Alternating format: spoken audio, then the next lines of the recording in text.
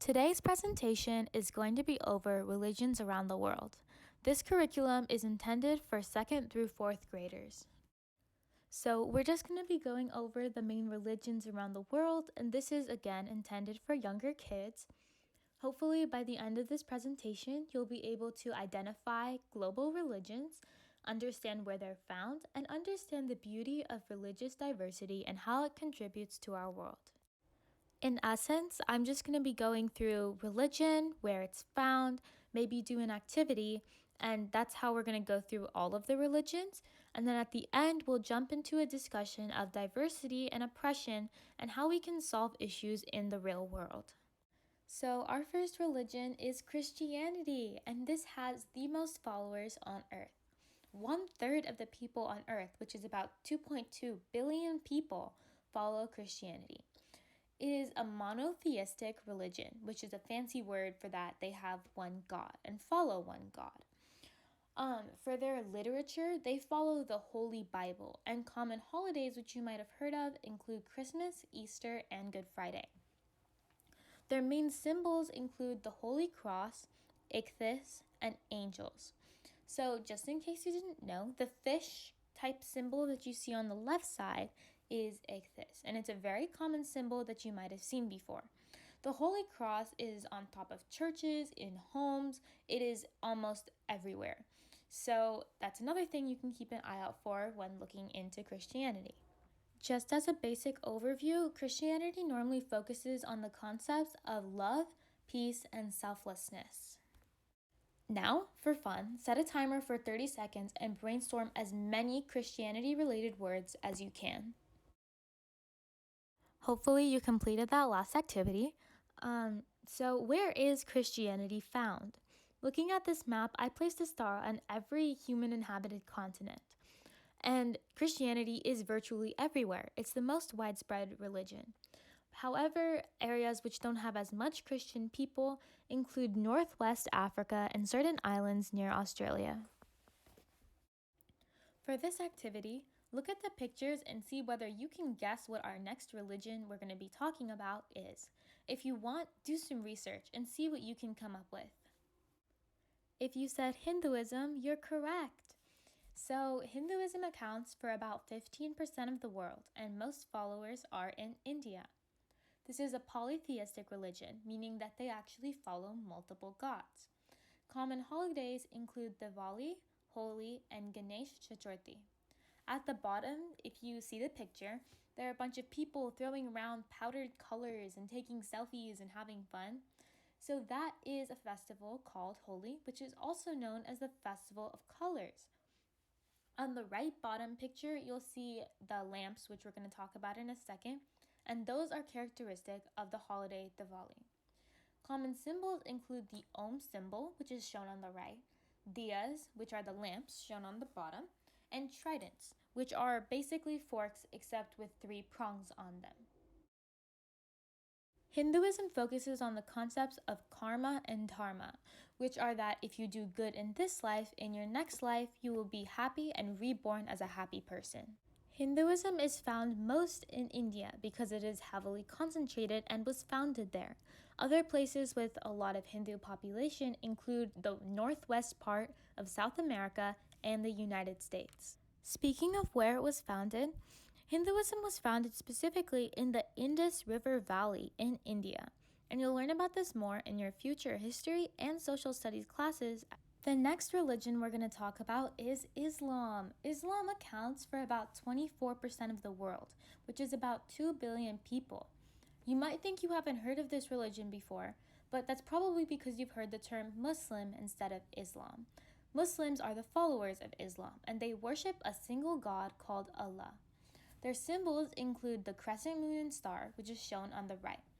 As a fun fact, their places of worship are called mosques, which you can see below.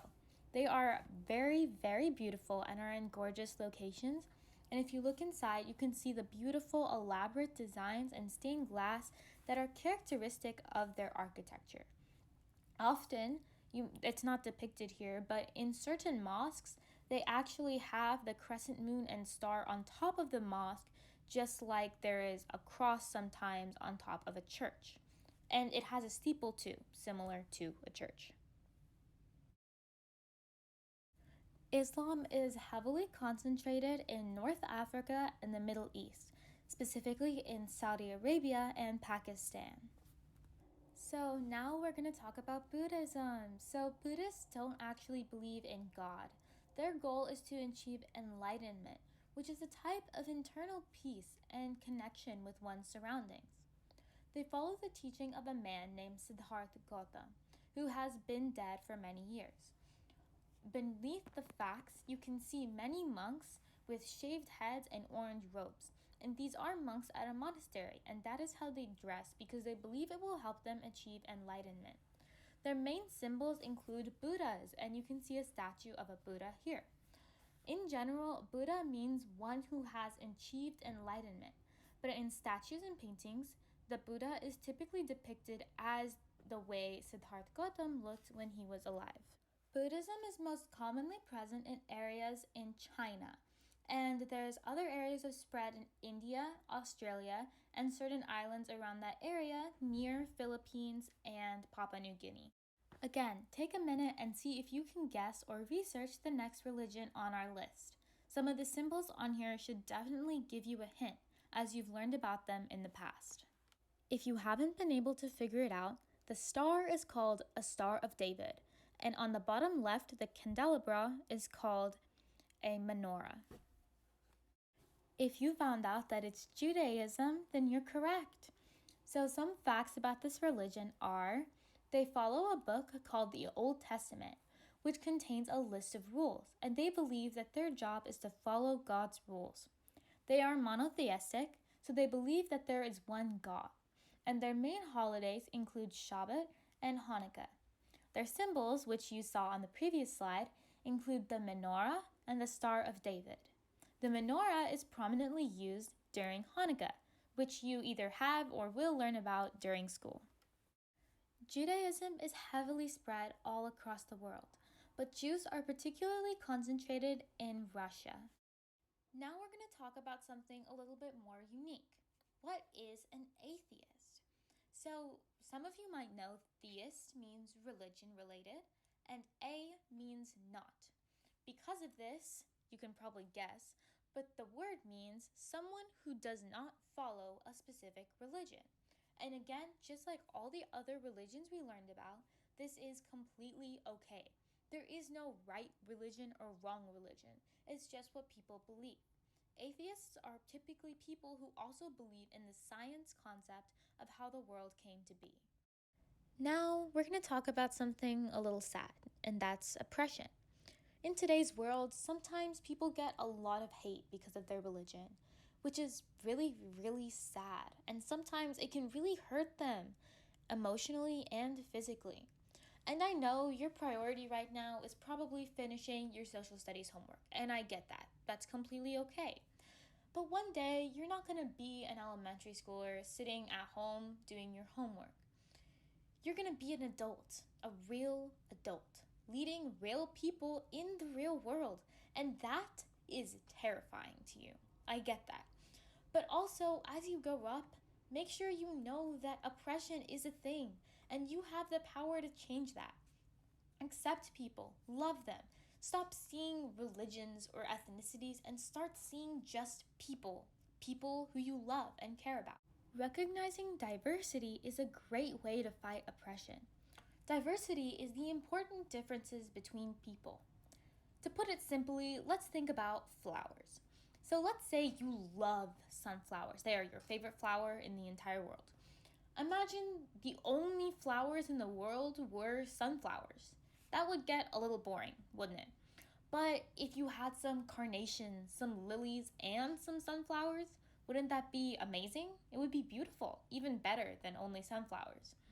So when we talk about diversity, it's not calling people out for being different. It's celebrating that with each of us being unique and different from each other, the world becomes beautiful. This is your first additional learning resource. It goes over pretty much everything we talked about today except for diversity and oppression. But it also has a different section on a religion called Sikhism, which you might have not heard of before. Personally, I thought this second resource was really cool. It has info on some really unique religions that you probably haven't heard of before, like Jainism or the Baha'i Faith. This last resource includes some fun facts and a nice map which can give you a comprehensive idea of the maps we looked at. Thank you so much for listening, and I hope you learned something new today.